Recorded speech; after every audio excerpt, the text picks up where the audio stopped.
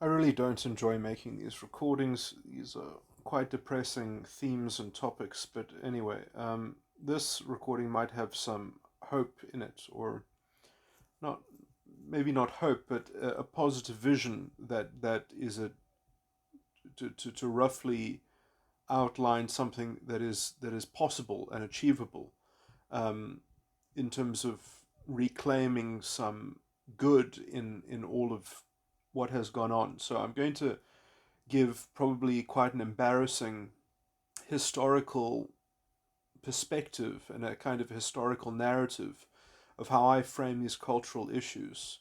I'm going to be repeating a thesis that Jordan Peterson made famous, essentially, which is, I think, in his sort of treatment of religion, in sort of that we have to uncover and sort of rationally come to terms with the treasure and the contents in traditional ways of thinking. We have to sort of translate them into the modern mind, and make them sort of accessible, which is an echo really of, perhaps that's not exactly his thesis. I think it is, but I'm not dying on that hill.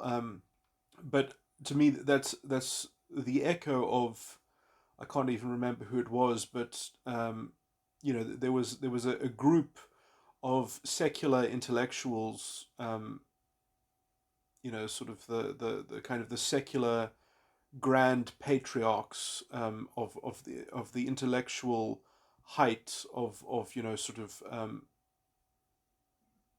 sketching out a kind of a liberal vision for society and humanity, where essentially culture with a capital C would come to replace and sort of, perhaps in the Jungian sense, be the sort of the journey and the way to what is basically outlined in Aeon, um, in terms of the evolution of our civilization, perhaps. Anyway, so my so I mean, I don't think that anything that I'm going to be sketching is going to be an ingenious, this is not original thinking. These are ideas that have been in our culture, but which have gone misplaced. They have gone overlooked. We have not understood some of these general themes because we have not really understood the importance of psychology and sort of personality and the forces of generational, sort of reproduction of consciousness. Uh, so I'm going to mention some of these. So, culture does have a kind of a bit of a cyclical sort of thing within it, where there is this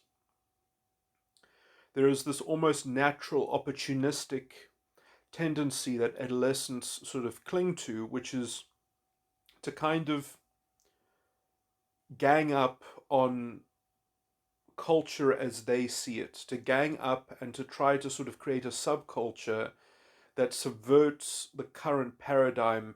And this is almost a natural inclination because when you are young, you're not as established as generations that are already sort of entrenched into systems of power or whatever. So it makes sense from a cultural perspective that if you can synthesize a kind or distill a kind of a cultural competitive edge in terms of modeling an alternative cultural rubric, an alternative cultural operating system, that because of the newness of the perspective, or because of the newness, or the novelty and the innovation within that, it's going to be a disruptive cultural candidate to supplant the existing cultural systems.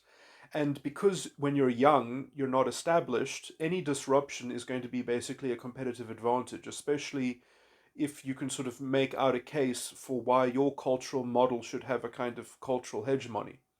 So there is almost a natural opportunistic inclination. You can almost understand how it might evolve.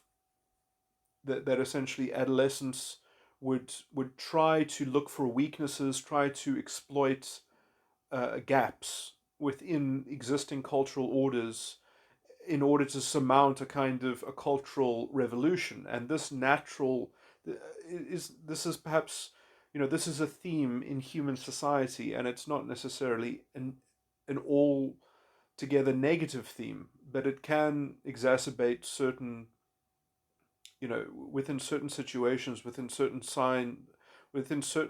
aspects of grand cycles that are also taking place simultaneously. You can sort of understand that every once in a while you're going to get an incredibly toxic culture, or sorry, an incredibly toxic generation.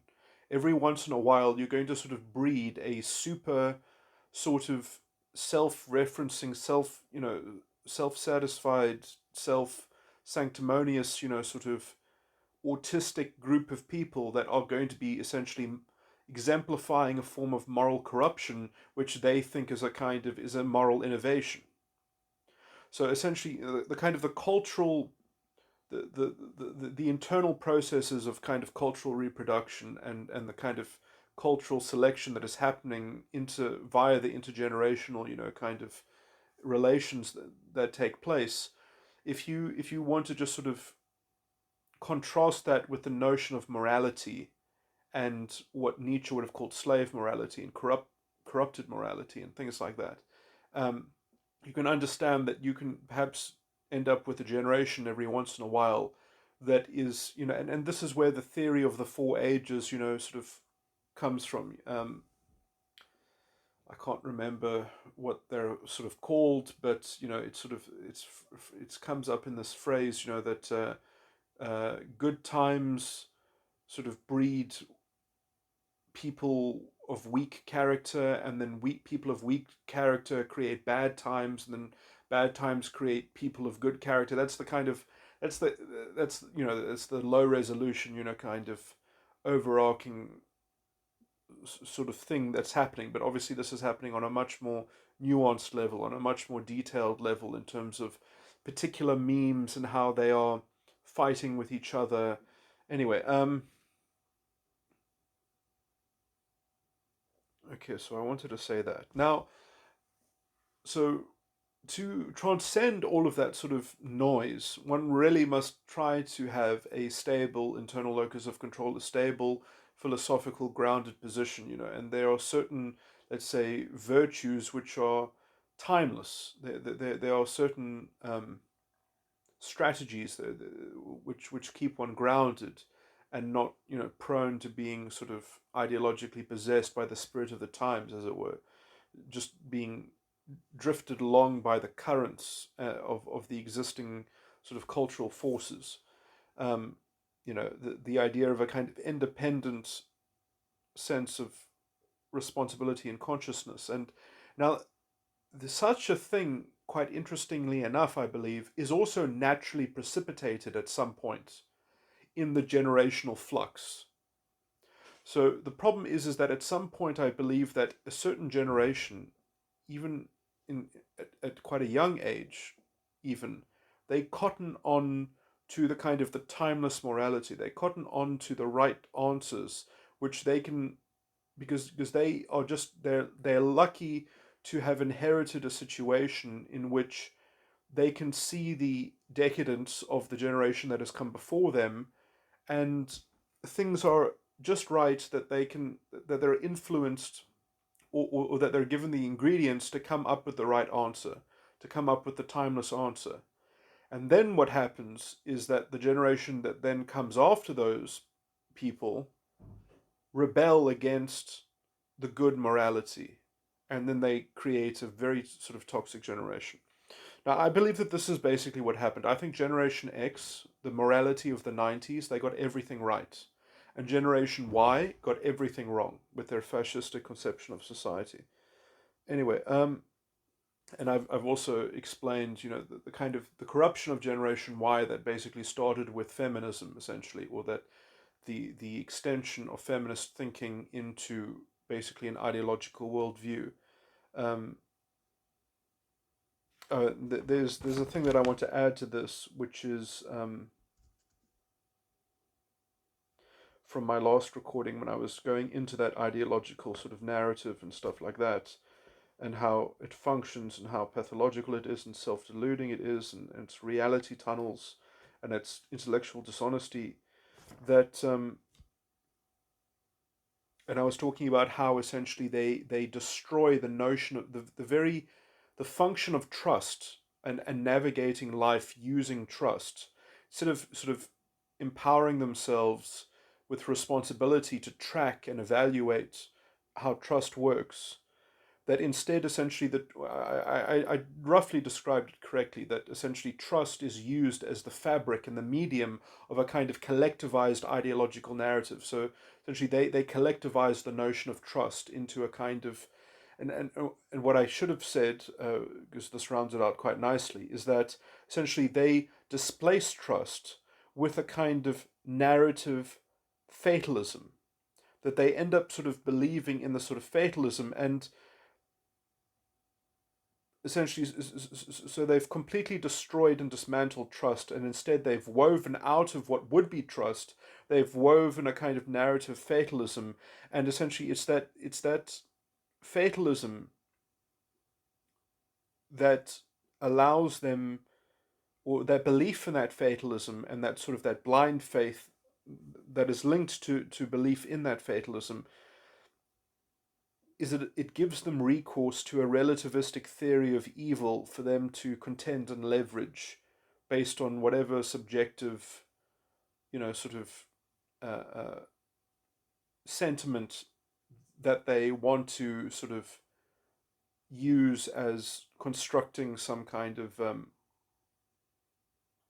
expectation that is which they can just basically project as already existing within the narrative. So they can sort of convert their own sense of entitlements and expectations into a kind of projection on the narrative, which would essentially be the sense of the fatalistic fulfillment of how trust needs to be restored. So they perpetually are complaining that there's nothing that they can trust, and the only thing that will supplement for that missing trust is someone pandering to their sense of entitlement, which they kind of are which they know as, or which they relate to as a sense of fatalism. And ironically, this is, I believe, is basically indistinguishable from the feudalistic worldview. I mean, this is basically the same. I mean, feudalism basically had feudalism was brilliant in some ways because it it sort of used this as the lowest common denominator for human, for the human mentality, for the individual mentality, believing in this kind of collective narrative and a collectivized trust and responsibility. You can see this quite clearly in the artful way in which executioners would um, do their duties. That every crime had a very specific form of death and punishment. That it was calibrated according to this fatalistic narrative. I'm going to remember them all incorrectly, but like if you were committed,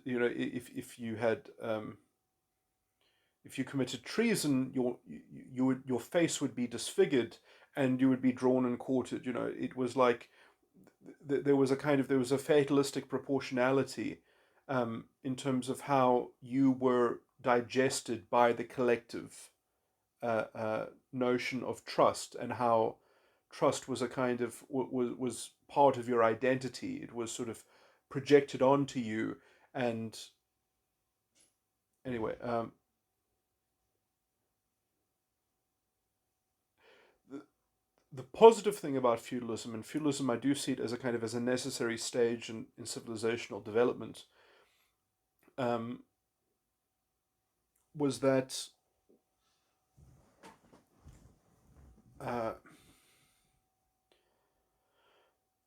by essentially illustrating and enforcing a canonical collective narrative, they stopped people from generating their own collective narrative.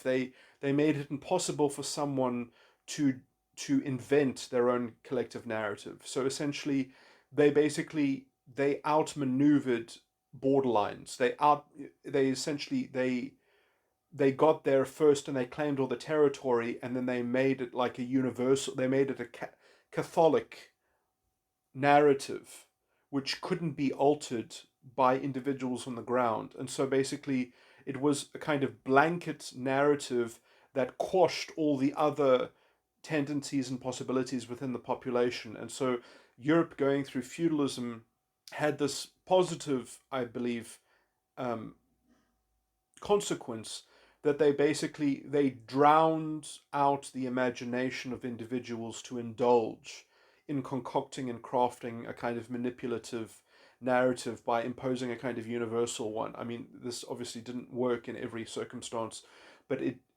on the sort of, to generalize a bit, on the aggregate, it was capable of essentially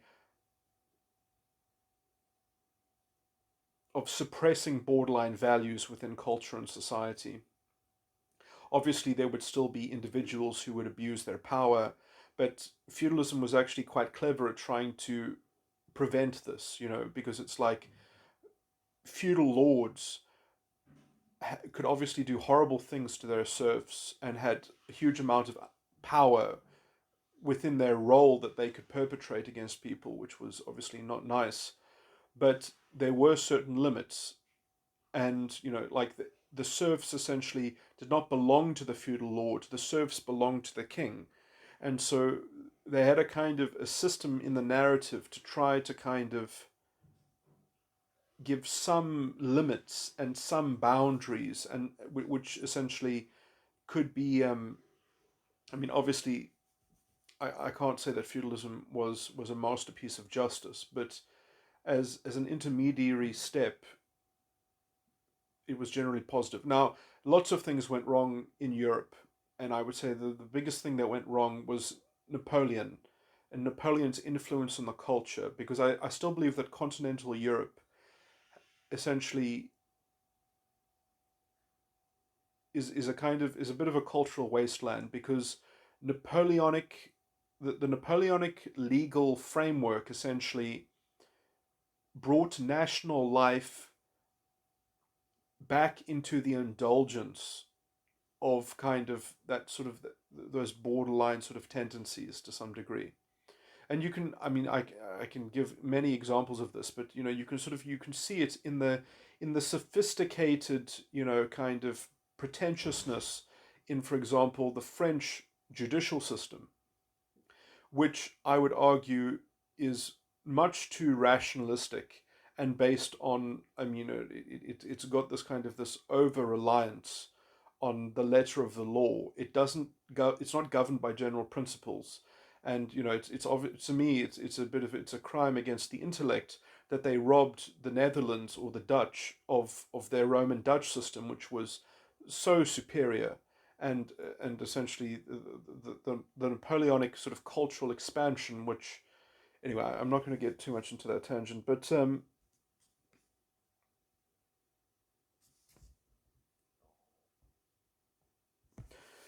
okay, now let me just go back into the modern time of where we are currently. So, what I see happening in more recent times, and this I must also add a special sort of qualification, that there's an added complication to some of these things, but traditional society has a kind of an implicit layer of sort of social engineering that is built within it. The idea is that people need to be saved from their own deficiencies, from their own excesses. Now, I believe that when you go that path, it's very dangerous in the long term. Then you end up creating an unsustainable sort of cultural edifice, because essentially you run out of understanding what your own culture is good for, why you have the things that you have. You don't understand what you have. And in some sense, the West has not understood itself since the Russian Revolution, because the West was actually invented by the Russian aristocracy.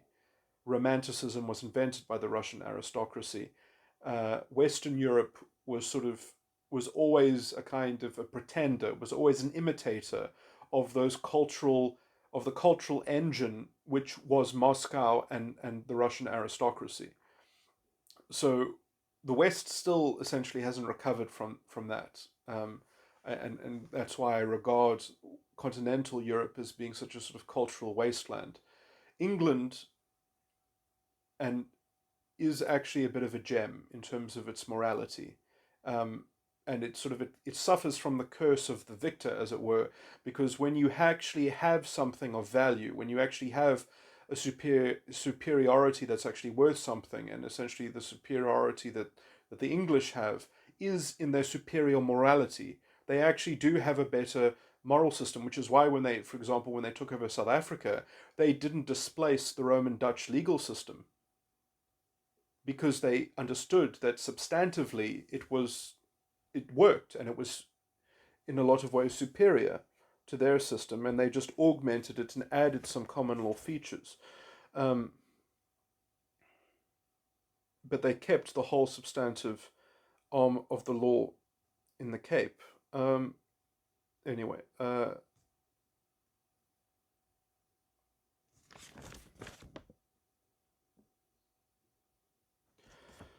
so I mean, the thing about let's say a system or a way of thinking or a culture that is morally superior is that, well, you can't know that it's superior unless you have the freedom to doubt it. And British political liberalism gives you that freedom to doubt, to question what you want to question, to test the validity of things. And so it is the particular curse of the victor in terms of the English example, that because of their liberalism, that they end up being sort of cursed with their moral superiority, um, which again also doesn't fit well into the general cultural tendency in terms of cultural reproduction, that a new generation with its opportunism will have a tendency to rebel against even just morality, especially in the kind of the ideological um, development of a kind of external locus of control and an external scapegoat and locus of blame, um, which then you can leverage with your weird definition of evil, which can be relativistically interpreted according to whatever reality tunnel you're going to find convenient to go down. That's going to sort of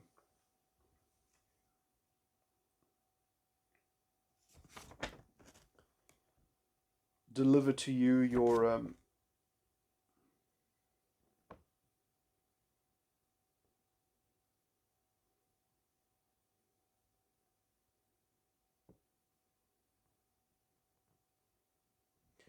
sort of your envy-backed complaints against a collectivized system of trust, uh, uh, which means that you just have to create a kind of uh, a claim that you have the right to be jealous about something, and then it should just be delivered to you, um,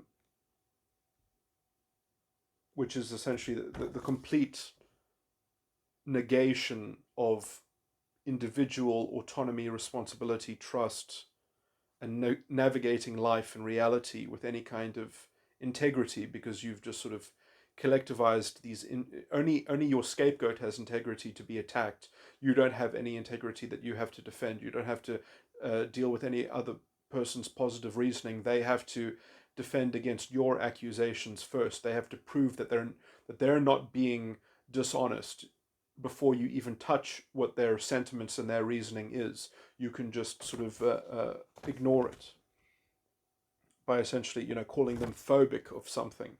Um, all this kind of weird semantics that puts other people on the back foot, and that sort of gives your ideological narrative the default uh,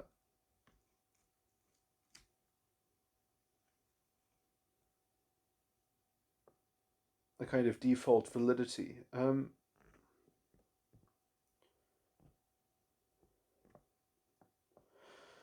Okay, yeah. So the other thing that I haven't mentioned, other than the Russian Revolution, is the World Wars. And so I think that obviously, it's perhaps not even an overstatement that culture has still not recovered from the First World War, which and the recovery from the First World War was sort of exacerbated uh, uh,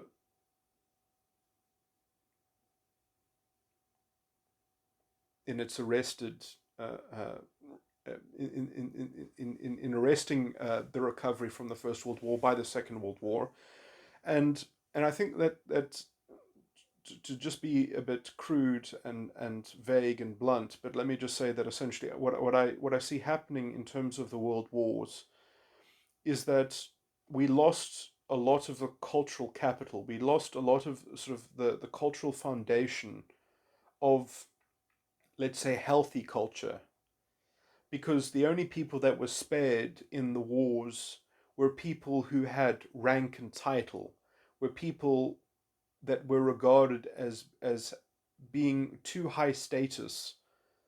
You know, everyone else had to basically sort of play Russian roulette essentially on the battlefield, and the huge sort of death toll and such, and that sort of that cultural capital. We sort of, I think, I want to describe something, if I may, which I'm not going to justify nearly well enough, but I think that there could be something to be described as a kind of as the secret high IQ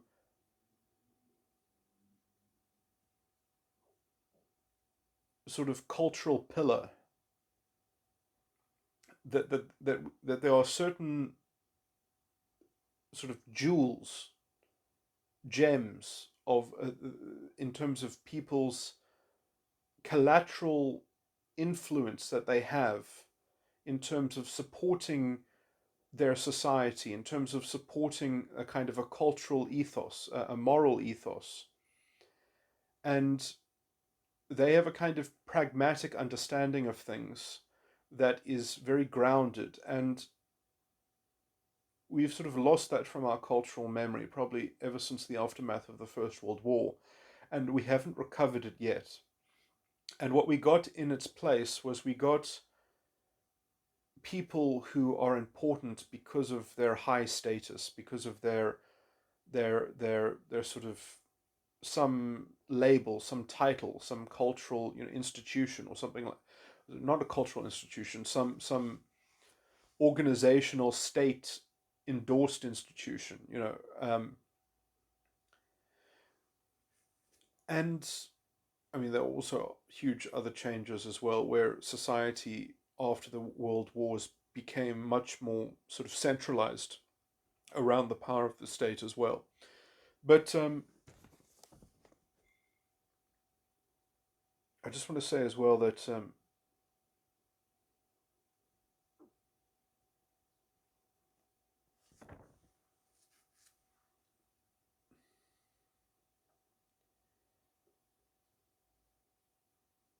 that the reason why I'm bringing up these facets is because I see a modern reflection of the same issue happening in the modern day and age with the internet. That the internet is an equalizing force. That someone with interesting ideas, with an incisive mind, can be very influential through the internet. They can seed sentiments and ideas that massage out certain problems, that sort of avoid escalating controversies and confusions, that sort of diffuse problems before they take on a sort of an extreme life of their own. And the internet has a kind of a quality of access that really allows it to be a kind of, look, it comes with a certain amount of cost as well. I mean, it's not as if there isn't a double-edged element to anything, but essentially, I think for all the bad that the internet does, it does a huge service to culture into regaining a an organic culture And obviously, you can see how the ideological police force is trying to invent ways to basically lock down the internet as an outlet, as a free flow of ideas, so that only sort of pre-selected dogma is allowed to be disseminated. Where things are vetted before they can be culturally tested, or because people somehow need to be protected from they can never be mature enough to be responsible enough to curate their own thoughts. It's really quite disgusting, um, the current sentiments. But you know,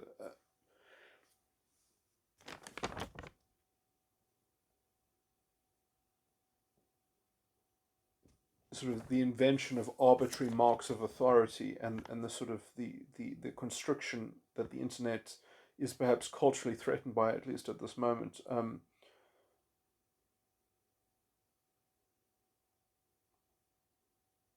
When I think the internet is quite an important instrument for gaining back the kind of the cultural capital that was lost, um, and its attacks on it, I think. Okay, this leads me on to my next point, which is about the social engineering that existed within traditional society. Let's just give an example with the censorship of pornography. That's a very visceral, clear, plain example. I mean, obviously, pornography is a social ill. It can be described as a social ill, but the real question is, should it be tackled on the level of the state? Should it be illegal? Because I am really of the opinion that we should keep to be as permissive a society as possible. Because even if these things are not controlled and the non control of these things leads to harm, that is good harm. That is harm that people, as a cultural organ of a society, need to develop a defense against that harm by themselves. And in developing an organic defense against some harms, you will develop responsibility and maturity. And they will and culture will come to effectively police itself, not by enforce, not in the proper, not in the use, police is the wrong word even, but the policing will come not from imposition and stricture. It will come from essentially instruction, that how society will police itself against these social ills will be from saying the right things, instruct, having the right instruction. When I say instruct, I mean like education, the pedagogical organ of society that will teach the young in a way in which that their responsibility will be intact, rather than them being infantilized by some form of social engineering that's done above their head, that robs them of the maturity that they would otherwise have in an enlightened culture. And so, this is why I think it's very important that the pendulum does not swing the other way, and I don't think that it will. I think that the silent majority, which is not able to sort of divine these tides of history and metaphysical sort of themes and social philosophy, um,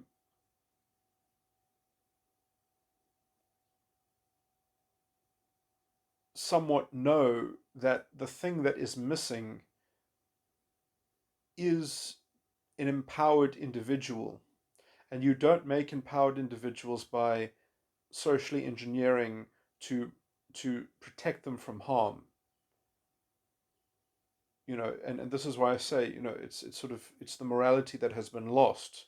When the college woman who said, we want to be able to go out as late of our dorms as the men do, and they said, but then you might get raped, and then if you get raped, you'll hold us responsible. And they said, give us the freedom that we might be raped, that give us the freedom to be responsible for our own integrity and for essentially contending trust responsibly, for knowing if they should trust to go out with someone or not, or knowing that they're in a bad place in town, knowing that they're, uh, uh, you know, being vigilant for their own integrity and being answerable to. I mean,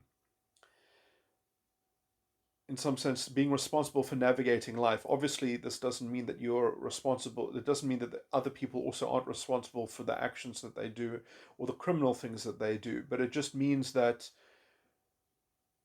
everyone is an adult, essentially, that there isn't this kind of the selective um, reliance on this kind of minority. That the idea is that you basically, you know, when you make decisions, you want the legal status of being a major, but then when the consequences come, then you revert back to essentially leveraging your identity as a kind of as a perpetual minor.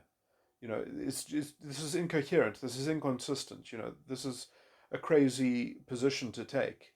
Choose one. You're either a major or you're a minor. And this idea that essentially, well, we'll get around it because we'll just complain that no, the problem is with society, and we have these expectations, and society must meet them because otherwise society is being evil according to our relativistic subjective point of view, and we can just treat people as a generalization, as society, and having systemic collective oppression or something against people. We're not going to deal with individuals and open our eyes to what people do practically and pragmatically. We're not going to open our eyes to how to navigate situations because we can just say no, that those situations shouldn't even exist. So we can act however we want. And then when bad things happen, it's somebody else who's answerable to us for the outcome that we had hoped for or felt entitled to expecting, according to our ideological narrative. I mean, this is autism, you know, this is how borderlines manipulate, because they even put themselves in positions that are compromising so that they can sort of claim the best of all worlds as soon as they can sort of create a trap in which somebody else is forced to answer their unilateral narrative, their unitary um,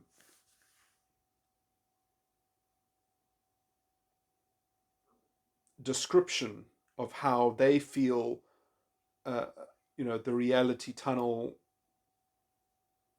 which is all hinged on essentially this external locus of control. This, um, anyway, yeah. So anyway, that was the kind of the hopeful message that I had at the end, which is that we're going. Hopefully, what I see is that we're going to stay liberal. We're going to stay permissive, but we are going to put more blame on the individual. We're going to put more blame on the notion of individual internal locus of responsibility and control. And in that way, we're going to actually grow up and mature, and we're going to end up with a better culture that actually isn't dependent on a kind of on this delusional narrative that's broadcast from the loudspeakers, that's fed to people through fake activist journalism, where they're constantly creating the scapegoat in order to ground a very psychotic, sort of worldview in which you can always just kind of leverage everything that you don't have because of systemic oppression, because of some scapegoat, uh, and not navigate life.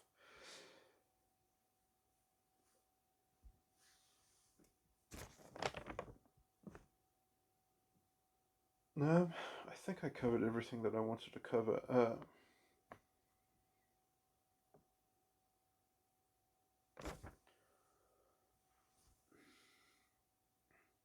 So yeah, I mean, and just to add another thing, I mean, I think we're still somewhat languishing in the hangover from the First World War, culturally speaking. but also, I guess one can say more broadly, we're languishing from the hangover of the Russian Revolution. Um,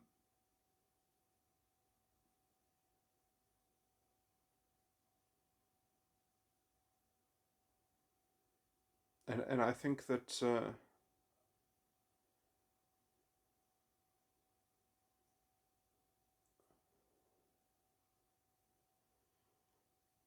and that isn't even to talk about all the demons that creep in terms of the Napoleonic sort of narrative, uh, which I do see as a sort of as a precursor to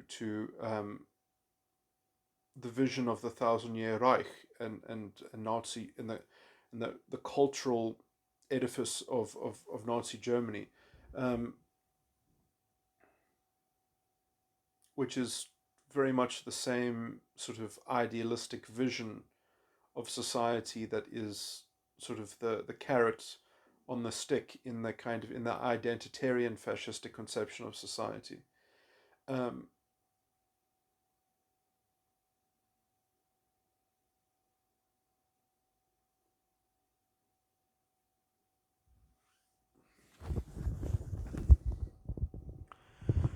okay.